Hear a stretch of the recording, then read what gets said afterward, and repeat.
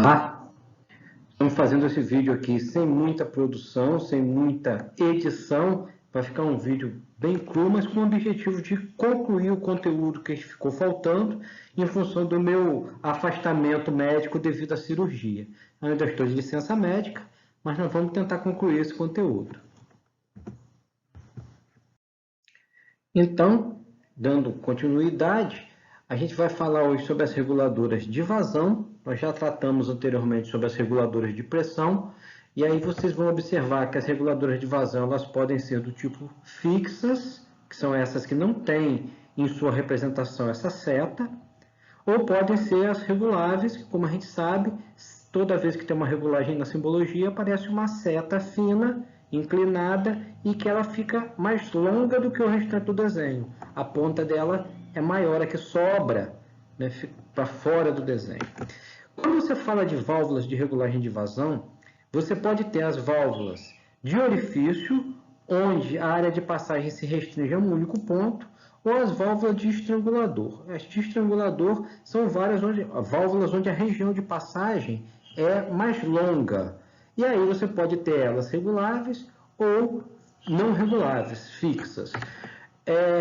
Existe também essa variedade aqui, que é reguladora unidirecional. Ela tem dentro do mesmo bloco construtivo, incorporada a ela, uma válvula de retenção, que faz com que, em um determinado sentido, onde a válvula de retenção bloqueia, o fluxo passe regulado. No sentido contrário, como o fluxo sempre procura o caminho mais fácil, ele faz o contorno aqui, passa pela válvula de retenção e não fica regulado. Então, essa válvula só regula em um único sentido. Percebam, essas válvulas são bidirecionais. O fluxo pode passar em um sentido ou no outro. Geralmente, a perda de carga gerada não é idêntica em ambos os sentidos. Agora, essa daqui, apesar do fluxo ser bidirecional, ela é dita unidirecional porque a regulagem só se dá em um sentido. Nesse caso aqui, a regulagem se dá de baixo para cima, de cima para baixo aqui o fluxo passa livre. Muito bem. Vamos dar uma olhada melhor em como são mecanicamente essas válvulas. Se eu olhar aqui nessas duas, você vai ver, aqui você tem uma válvula reguladora do tipo estrangulador, você vê que tem uma área de passagem longa aqui, que à medida que você movimenta esse parafuso aqui, esse obturador fecha esse caminho e reduz, aumenta a perda de carga de passagem. E você tem essa aqui de orifício fixo, ou seja, uma válvula que não tem regulagem, o orifício calibrado dela é essa aqui, só que essa aqui é unidirecional em sua regulagem. Como assim? Nesse sentido aqui, você está vendo que tem uma mola, você vê aqui a mola em corte, os arames da mola, cortados aqui, são essas esferas, essas circunferências, né? Não esfera. Essas circunferências significam o arame da mola que passou pelo processo de corte. Nesse sentido de fluxo aqui, o fluxo passa regulado. No sentido contrário, a própria vazão empurra esse obturador, forçando a abertura, e aí o fluxo tem liberdade de passar por fora da válvula sem regulagem. Então, a regulagem dessa aqui é unidirecional, porém fixa. Essa daqui já é uma bidirecional, porém com regulagem variável. Quando você olha essas daqui, você consegue observar, por exemplo, aqui, ó, pela simbologia você vê, é uma reguladora bidirecional e ela é variável. Então, o fluxo pode passar daqui para lá, também pode passar de lá para cá. Entretanto, você observa que a perda de carga não vai ser igual, não vai ser a mesma dificuldade para passar em um sentido e no outro, mas os sentidos podem ser aqui ambos os sentidos. Já essa daqui, você observa que tem uma válvula de retenção aqui que vai liberar o fluxo de lá para cá. Então, daqui para lá o fluxo vai passar pela regulagem e no sentido contrário, essa retenção vai liberar o fluxo. Muito bem. Quando você vê isso aqui na pneumática, normalmente a válvula tem esse aspecto aqui, ó. São as válvulas mais usuais em pneumática. Essa daqui para ser usado em posição intermediária da tubulação. Essa segunda aqui, ela é para ser usada direto na tomada de pressão do cilindro. No orifício de conexão aqui do cilindro, você já conecta essa, tanto essa quanto essa aqui de baixo que você vê. A diferença é que essa aqui você precisa de uma ferramenta para regular e ela é um pouco mais compacta. Quando você está pensando num equipamento hidráulico, a característica de uma válvula reguladora é mais semelhante a essa daqui.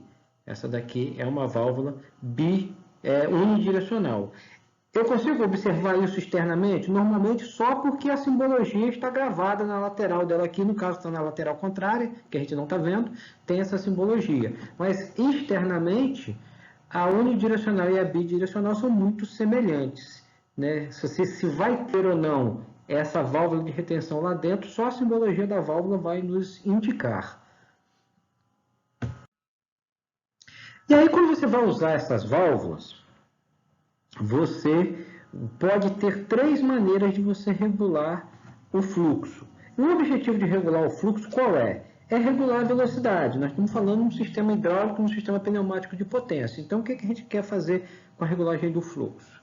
É regular a velocidade, porque a gente sabe que a vazão é a área vezes a velocidade. Então, a velocidade que esse atuador vai se deslocar, qual é? É a vazão dividido pela área. Ele tem uma área aqui, vai receber uma vazão, e quanto maior for a vazão dividido por essa área, maior vai ser a velocidade. Então, o nosso objetivo é regular essa vazão, regular esse fluxo que vai chegar aqui. Muito bem. Existem 3 maneiras de fazer isso. Na atualidade, a gente só usa essas 2 primeiras. Essa metodologia chamada Bredoff é uma metodologia muito antiga que a gente só mostra porque, eventualmente, você vai encontrar um equipamento muito antigo que pode ter isso aqui implementado. Na atualidade, é um tipo de metodologia de regulagem de velocidade que a gente não utiliza mais. Ou a gente utiliza meter-in, ou a gente utiliza meter-out.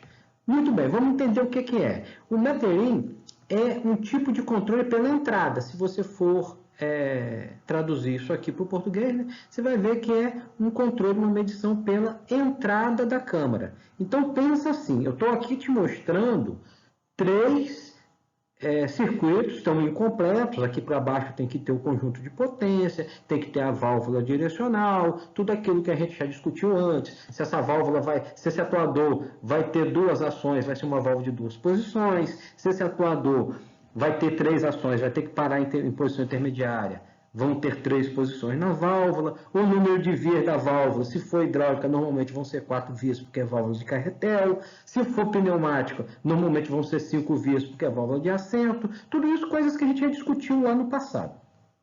Então, aqui para baixo, entenda que tem a válvula e tem todo o restante do conjunto de fornecimento de potência aqui. Da válvula de comando, né, que seria a válvula direcional para cima, a gente vai encontrar a metodologia implantada. O que é a metodologia meter-out? Nós estamos aqui com 3 circuitos controlando apenas o movimento de avanço. Então, nós vamos controlar a vazão que o fluido vai entrar na câmara de avanço. Beleza, muito bem. Como é que é a ideia do meter-out? Você vai controlar a vazão pela entrada da câmara. Eu vou colocar uma válvula aqui, percebam que é uma válvula unidirecional. Não sei se está muito visível para vocês, mas a retenção aqui está montada bloqueando o fluxo ascendente, fazendo com que o fluxo ascendente só possa passar por aqui, por dentro da reguladora de vazão, por dentro dessa estranguladora aqui. E quando o fluxo for sair, ele vai poder sair pelo caminho mais fácil, que é por aqui. Então perceba, eu só estou controlando a entrada. A saída está liberada, ela vai sair conforme ela quiser. Eu não estou fazendo nenhum controle na saída do fluxo dessa câmara. Quanto mais lento, quanto mais perda de carga eu colocar aqui, mais lento vai ser a passagem de fluido aqui. Consequentemente, menor vai ser a vazão que vai atuar na área e mais lentamente esse atuador vai avançar. Então, isso aqui é o que a gente chama de meter-in. Eu estou controlando o movimento de avanço pela entrada da câmara de avanço. Então, se você quiser anotar, você anota o seguinte: conceito de meter-in, regulagem do movimento através da regulagem de vazão que entra na câmara relativa ao movimento. Esse é o conceito. Regulagem do movimento pela regulagem de vazão que entra na câmara relativa ao movimento. Ah, Everton, como assim? Eu estou regulando o avanço. Qual é o movimento? O movimento de avanço. Estou regulando o avanço como? Pela regulagem da vazão que entra na câmara do movimento de avanço. É essa a ideia. Aí o meter-out, como que é? O meter-out vai ser um controle pela saída. Por isso, out. Ah, como assim é? Se eu vou controlar pela saída? Veja bem, a gente já discutiu que no atuador de duplação, que faz força em ambos os sentidos e que pode ser pressurizado em ambas as câmaras, quando você injeta o fluido de um lado, obrigatoriamente o fluido que está do lado contrário tem que sair. Se esse fluido não sair, o fluido que você está injetando também não entra. Então, a regulagem meter-out é uma regulagem meio que indireta. Eu regulo a entrada da câmara de avanço, controlando a velocidade, a vazão de saída da câmara oposta. Então, vamos fazer isso também aí para você anotar. O que é o meter-out? Controle de velocidade do movimento através da regulagem de vazão que sai da câmara oposta ao movimento. Vamos de novo, ó. Estamos controlando o avanço. Controle de velocidade do movimento de avanço através da regulagem de vazão que sai da câmara oposta, ou seja, da câmara de recuo, da câmara oposta ao movimento. Ah, beleza. Então, nós já vimos o que é meter-in e o que é meter-out. Nós estamos fazendo isso na câmara de avanço. Joia. Mas e se eu não quisesse regular a velocidade de avanço? Se eu quisesse regular a velocidade de recuo? Aí, no caso, você teria que fazer um meter-in no recuo, você montaria uma válvula nessa posição, só que controlando o lado de cá, controlando a entrada do recuo. Isso é meter-in. Ou você montaria uma válvula nessa posição, controlando a saída da câmara oposta ao recuo. Ou seja, você montaria uma válvula nessa posição, controlando a saída do avanço. Aí você faria o seguinte, o fluido entraria livre no recuo e sairia controlado no avanço. Isso é o meter-out, é o controle pela saída. Joia. Que vantagem tem cada um desses sistemas? Na verdade, a gente vai focar muito mais nas desvantagens do que nas vantagens. Por exemplo, no caso do meter-in, você vai ter aqui um aquecimento desse fluido. A gente sabe que para o fluido passar aqui pelo estrangulador, uma parte da energia que foi fornecida ao fluido vai ser transformada em energia térmica. Esse fluido vai se aquecendo na medida que que esse fluido vai passando por aqui. O que isso pode implicar? Pode implicar num aquecimento exagerado do atuador, é uma possibilidade, ele aquecer mais do que devia. Não é comum que ele se aqueça ao ponto de ser deteriorado, mas é um aquecimento adicional. E vai impactar no sentido de que, à medida que o fluido, principalmente nós estamos falando aqui de óleo, na medida que o óleo aquece, a viscosidade do óleo diminui. Quanto maior a temperatura do óleo, menor a viscosidade. Se a viscosidade diminui, fica mais fácil dele fluir. Então, você vai fazer uma regulagem aqui, só que à medida que o óleo vai aquecendo, o atuador vai acelerando em função da redução da viscosidade do óleo. Você vai pensar assim, poxa, isso aí numa prensa, num guindaste, isso vai fazer grande diferença? Não, não vai fazer diferença nenhuma num equipamento tipo um guindaste.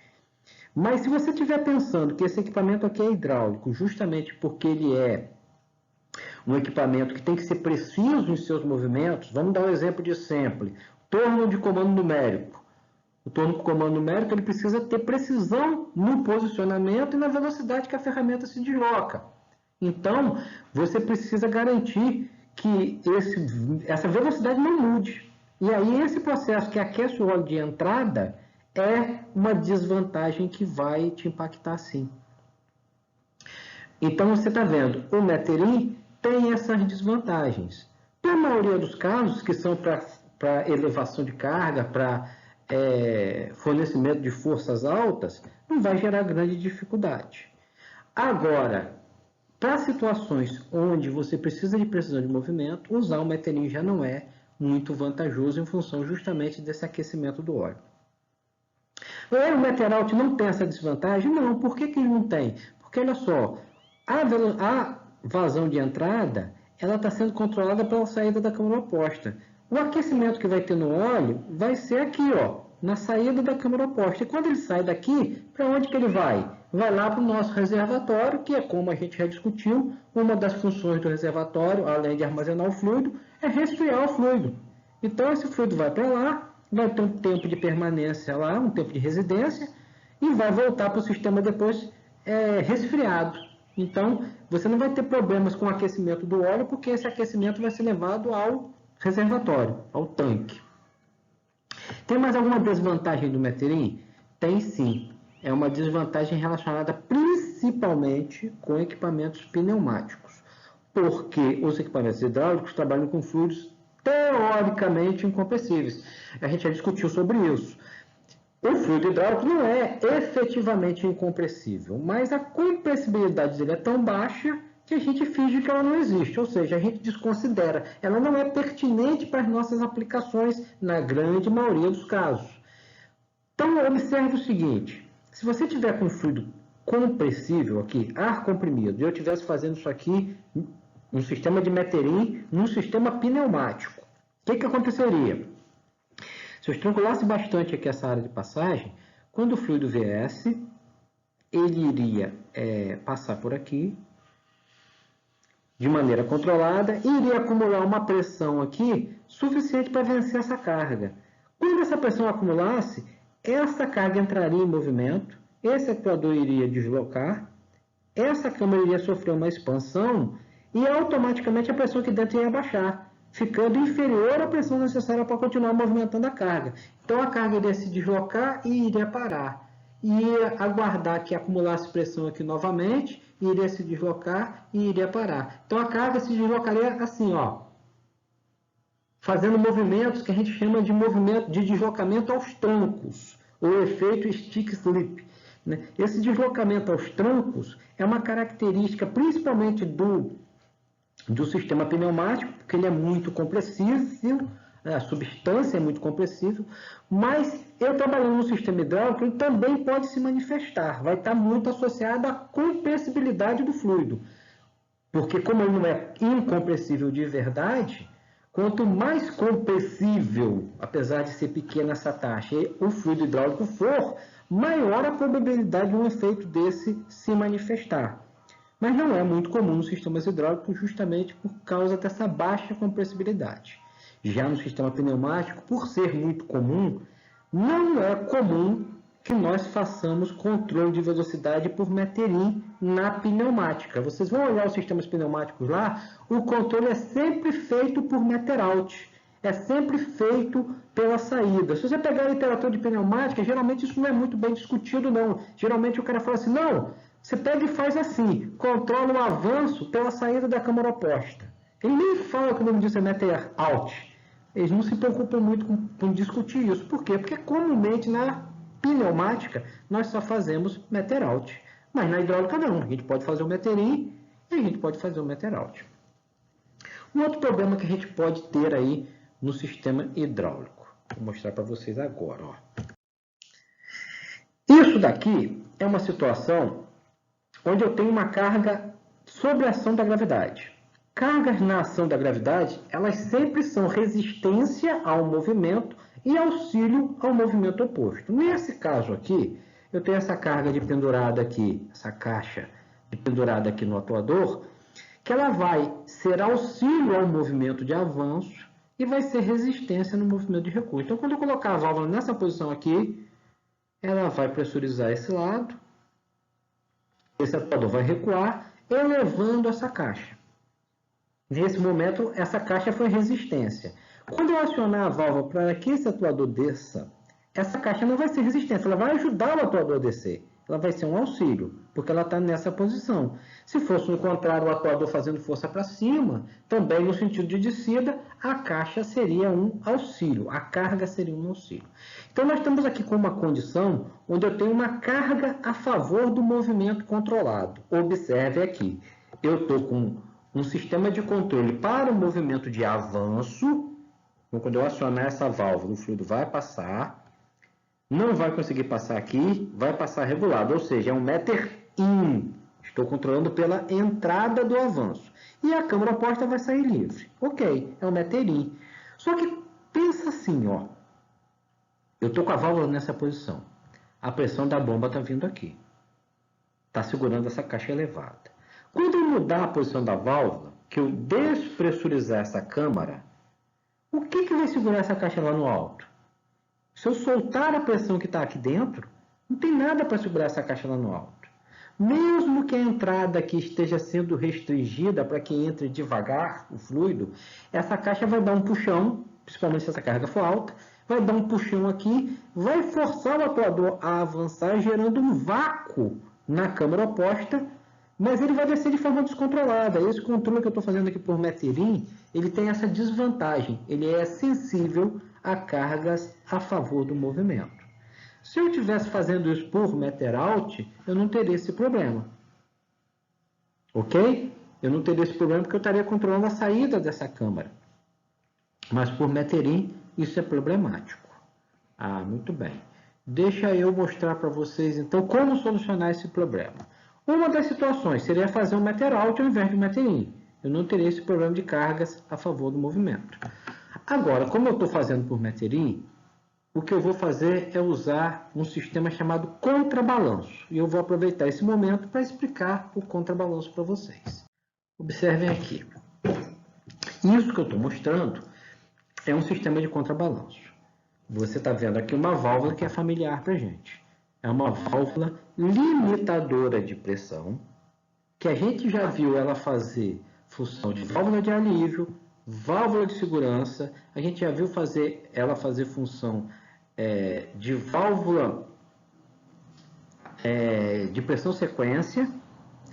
Agora nós estamos vendo ela fazer função de válvula de contrabalanço e mais à frente nós vamos vê-la fazer função de frenagem. É a mesma válvula, uma limitadora de pressão. O que muda? Muda a maneira de montar e a maneira de regular. Quando você viu fazer alívio e fazer função de válvulas de segurança, ela estava montando sempre antes da válvula. Para fazer alívio e segurança, a gente monta elas preferencialmente logo na saída da bomba. Quando você viu ela fazer pressão sequência, ela estava sendo montada aqui entre o atuador e a válvula de comando, mandando a sua saída para um outro atuador. Então perceba, todas as montagens que a gente viu até agora, essa válvula estava sempre em paralelo ao sistema. No caso da bomba, você tirava um ramo paralelo aqui e devolvia para o tanque, para fazer alívio ou segurança. E no caso da pressão sequência, você tirava um ramo paralelo aqui e jogava para outro atuador. Essa montagem aqui, nós estamos fazendo uma montagem em série. Então isso já é um indicativo para você que essa válvula está fazendo um negócio diferente aqui. Ela está com a montagem em série. E o que ela está fazendo? Ela vai estar regulada numa pressão maior do que a pressão que essa carga vai poder gerar. Qual é o objetivo dela? É que quando eu acionar essa válvula aqui, quando eu liberar essa pressão daqui para baixo, você está vendo que essa válvula aqui não vai deixar o óleo daqui sair. E se essa válvula aqui estiver regulada numa pressão maior do que a que essa carga consegue fazer nessa área, a pressão gerada pela carga também não vai conseguir abrir a válvula. Então vamos pensar. Digamos que isso aqui seja um elevador com capacidade para 1 tonelada. Essa é a nossa hipótese. Um elevador com capacidade para 1 tonelada e você, como operador do elevador de 1 tonelada, não vai fazer a façanha de botar mais do que 1 tonelada no elevador. Você vai respeitar. Então o máximo que você vai botar de carga aqui é 1 tonelada. Você sabe qual é a área do atuador. No caso aqui é a área de recuo, que é a área do anel aqui por fora da haste. Se você pegar a força de 1 tonelada, 1000 kg, e dividir, porque já que a pressão é força vezes área, então na verdade você vai pegar essa força e vai multiplicar pela área, oh meu Deus, desculpe, pressão é força sobre área, então você vai pegar essa força e dividir pela área, você vai descobrir o valor da pressão máxima que essa carga máxima vai gerar aqui. Vamos dizer que essa pressão, você chegou à conclusão que ela é 50 bar. É a hipótese. Você calculou essa força dividido por essa área, esta força dividido por essa área, e chegou à conclusão que é 50 bar. Aí você regula essa aqui com 55. O que isso significa? Que mesmo que eu soltar a pressão daqui, botar essa válvula nessa posição aqui e liberar o fluxo daqui para baixo, A pressão gerada apenas pela carga não é suficiente para abrir essa válvula. Então, essa carga não desce. Esse radiador fica parado. Na medida que o óleo vai entrando pelo lado de cá, na proporção que você regulou, a pressão desse óleo vai atuando aqui nessa área. Esta pressão gera uma força no sentido do avanço, que se soma à força da carga e faz com que a pressão nesse ramo fique maior do que os 50 bar que você regulou. E aí, a partir desse momento, essa válvula vai se abrindo e liberando a saída do fluxo na mesma proporção que o fluxo está entrando pelo lado de cá. Então, à medida que o fluxo entra, a pressão aqui vai aumentando e vai gerando pressão suficiente para que esse sistema vá liberando o fluxo. E isso é o que a gente chama de contrabalanço. É comum que a gente tenha um sistema de contrabalanço em todo o sistema com elevação de carga. Os sistemas para elevação de carga sempre têm a carga ajudando no movimento. E aí, nesse caso, essa carga por si só, ela pode gerar um movimento descontrolado aqui quando eu aliviar a pressão da válvula aqui. Então, é comum que eu faça o contrabalanço, mesmo sem ter o controle por metering, como eu coloquei aqui. Mas eu estou mostrando para vocês que esse contrabalanço, ele funciona com o sistema de metering e ele é uma solução para esse problema. Então, a gente vê o seguinte, 3 desvantagens do metering. Primeira desvantagem, aquece o fluido de trabalho. Segunda desvantagem, tende a gerar deslocamento aos trancos. Aquecer o fluido de trabalho, para a grande maioria dos sistemas hidráulicos, não é preocupante, né, porque ele não é muito sensível a essa mudança de viscosidade, exceto aqueles sistemas que têm que ter efetivamente controle de velocidade fino, como são os turbo-comando numérico. Deslocamento aos trancos, para o sistema hidráulico, também não é muito pronunciado, porque o fluido é muito pouco compressivo, entretanto, para o sistema hidráulico, para o sistema pneumático isso faz diferença. Né? E agora nós estamos vendo cargas a favor do movimento. É sensível a uma carga a favor do movimento.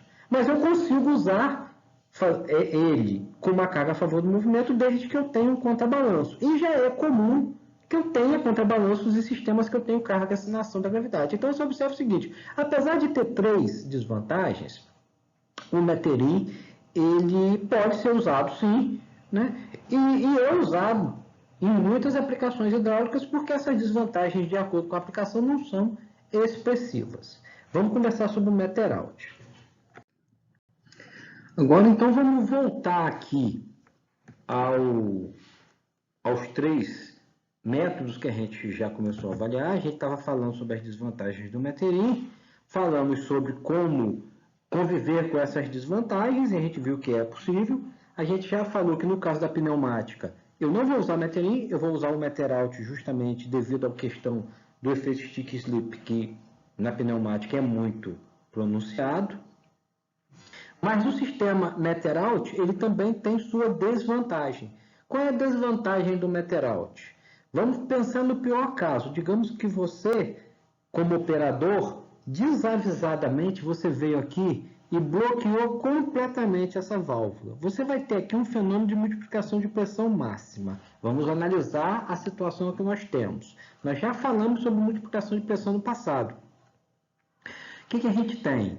A gente tem aqui um atuador com áreas diferentes e eu tenho um bloqueio na saída da câmara de menor área. E aí a pressão vai entrar aqui, vai gerar uma força que vai ser transferida para o lado de cá. Essa força vai gerar uma pressão mais alta em função de ter uma área menor e vai multiplicar a pressão nesse trecho aqui. E essa multiplicação vai ser máxima quando? Quando você tiver com essa válvula totalmente bloqueada. Então vamos pensar assim.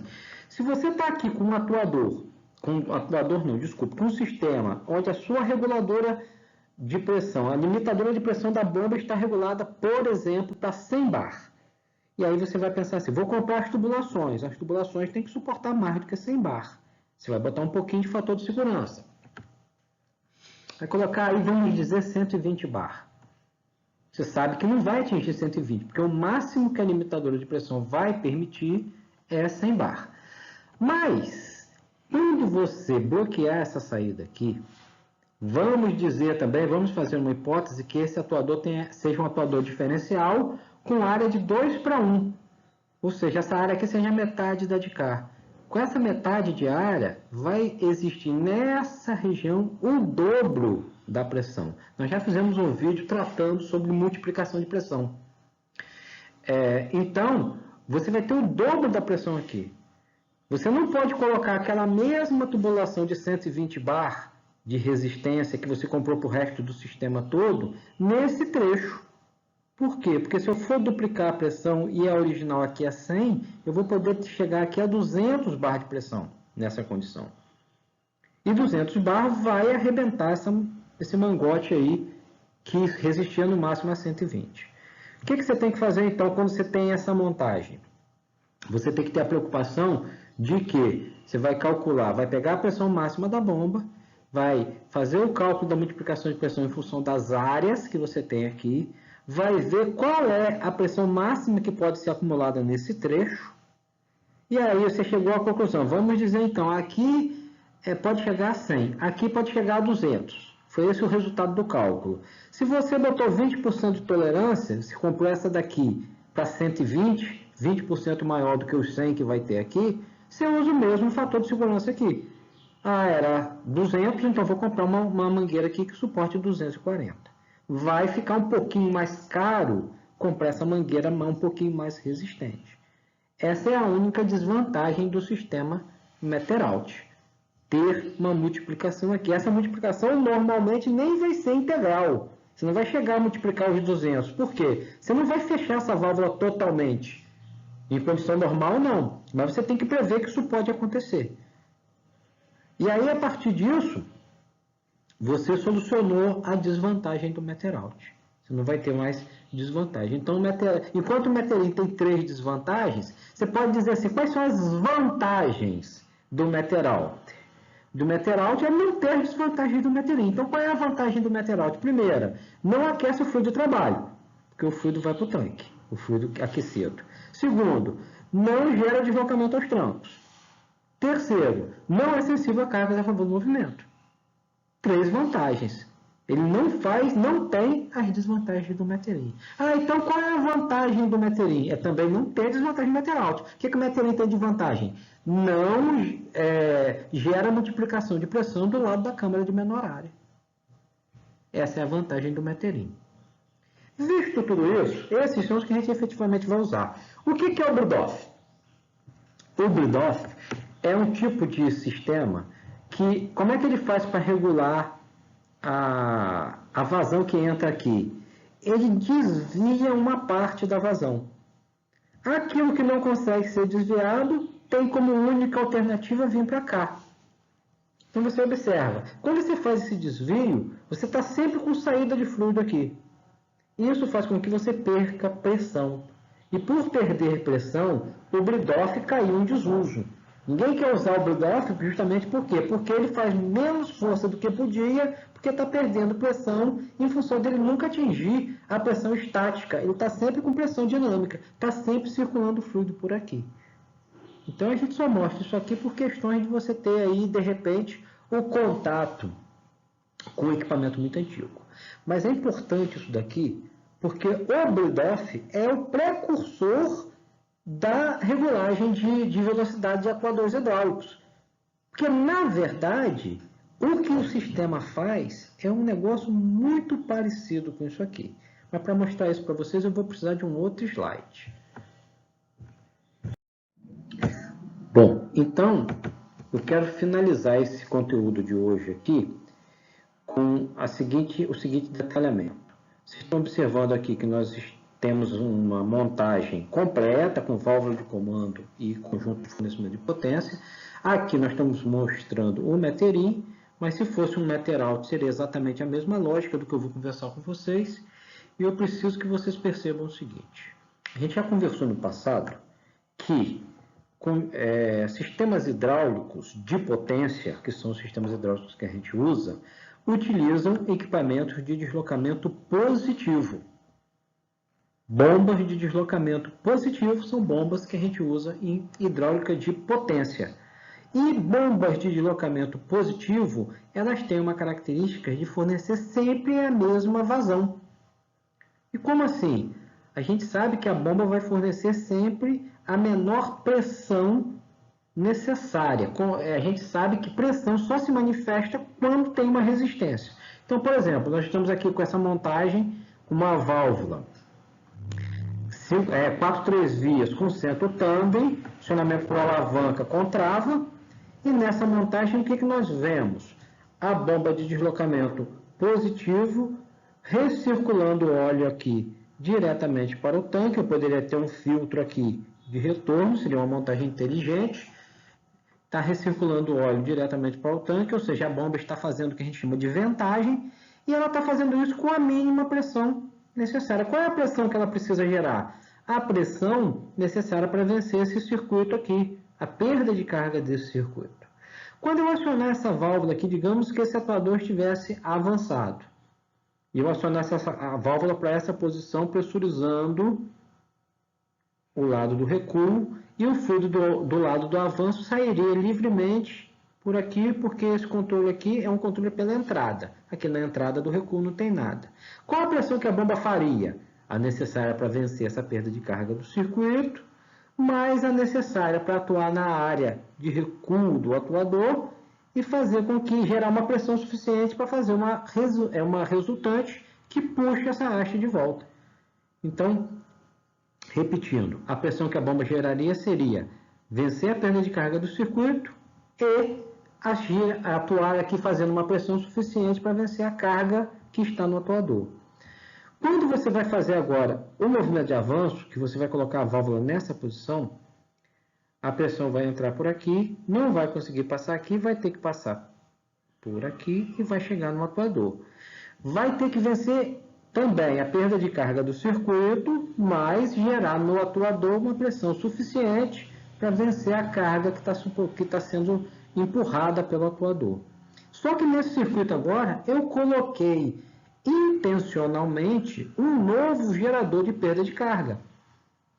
Esse gerador de perda de carga é o que eu espero que faça com que essa velocidade, essa vazão que chega aqui, seja menor do que a vazão que chegaria normalmente se eu não tivesse isso aqui. Na pneumática, é exatamente isso aqui. Tudo funciona de maneira linda. Porque a pressão que vem da pneumática, a pressão que sai e que chega na válvula, é uma pressão mais ou menos constante, que é aquela que está acumulada no circuito de distribuição do ar comprimido, que está vindo lá do reservatório de ar comprimido que foi abastecido pelo compressor. Então, quando eu mexo nessa perda de carga aqui, na pneumática, é tranquilo, eu mexo efetivamente na vazão que está chegando aqui. Entretanto, na hidráulica, nós temos aqui uma bomba de deslocamento positivo. E o que a bomba de deslocamento positivo faz? Toda vez que eu aumento a perda de carga, ela aumenta a pressão para vencer a perda de carga e continuar bombeando sempre o mesmo volume, para ficar sempre movimentando a mesma vazão. É isso que ela quer fazer. Ela só vai aumentar a pressão se ela tiver uma resistência. O objetivo dela é movimentar fluido, é gerar vazão. E essa vazão que sai da bomba é sempre constante. Aí você vai perceber, poxa, Everton, tem alguma coisa errada nesse raciocínio. Porque se a vazão que sai constante da bomba, se a vazão que sai é sempre constante, não adianta eu botar uma regulagem aqui, porque eu vou aumentar a perda de carga e a bomba vai aumentar a pressão para continuar movimentando sempre a mesma vazão. É verdade. Entenda o seguinte detalhe. Este tipo de montagem, meter-in, meter-out, essa lógica de regulagem de velocidade que nós estamos fazendo, só funciona na hidráulica porque existe um trabalho colaborativo entre a reguladora de vazão e a limitadora de pressão. Como que isso funciona? Observe. A bomba vai aumentar a pressão à medida que eu estrangulo aqui. Essa pressão vai subir até que vai chegar uma hora que vai começar pela pilotagem aqui da limitadora de pressão, sensibilizar a limitadora de pressão, forçando ela a uma posição de abertura parcial. Quando ela abre parcialmente, uma parte do fluido que está saindo aqui recircula de volta para para o reservatório. Então vamos imaginar, vamos fazer uma hipótese, digamos que essa bomba tenha 5 litros, a vazão dela seja 5 litros de óleo por minuto. E aí você regulou aqui de uma tal maneira que ela subiu a pressão até um determinado momento em que essa válvula se abriu o suficiente para que 1 litro de óleo esteja recirculando para o tanque. Se está saindo da bomba 5 litros de óleo e 1 está recirculando para o tanque, só 4 desses 5 litros efetivamente estão indo para o sistema. Ah, Everton, está muito rápido ainda. Estrangula um pouco mais. Quando você estrangula um pouco mais, o que a bomba faz? Aumenta mais a pressão ainda. Aumentando mais a pressão ainda, o que essa válvula aqui faz? É empurrada um pouquinho mais para lá, essa válvula se abre um pouquinho mais, permitindo a recirculação de um volume um pouquinho maior. Então vamos dizer que agora não esteja mais recirculando 1 litro, esteja recirculando 2 litros, porque a pressão aumentou. Se está recirculando 2 litros, apenas 3 litros efetivamente estão subindo. Então, quanto mais você estrangula, mais a bomba aumenta a pressão, tentando continuar movimentando os 5 litros por minuto, e ela efetivamente continua. Está saindo da bomba 5 litros. Só que, à medida que a pressão aumenta, essa válvula vai se abrindo cada vez mais, permitindo que um certo volume recircule e que só uma parcela do volume total que a bomba está movimentando efetivamente vá para o circuito.